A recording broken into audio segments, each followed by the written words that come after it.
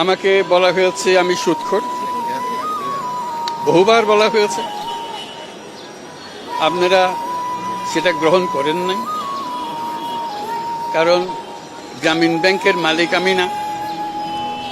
সুদ যদি গ্রহণ করে থাকে, সেই গ্রামীণ ব্যাংকের মালিকেরাই গ্রহণ করেছে।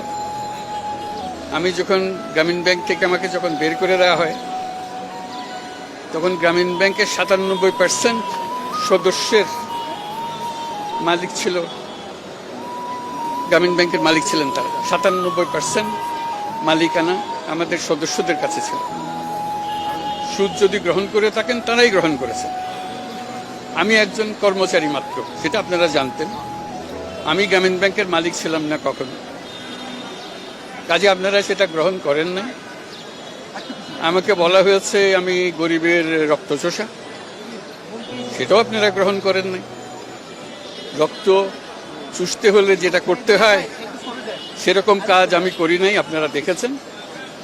আমি ১ কোটি গরিব মানুষকে একটা ব্যাংকের মালিক বানিয়েছি। চুষবো কোথার থেকে? তাদেরকে মালিকানা দিয়েছি, আর কেউ তো দেন এই পর্যন্ত। এটা তো সত্য ঘটনা, এখনো আছে তারা মালিক।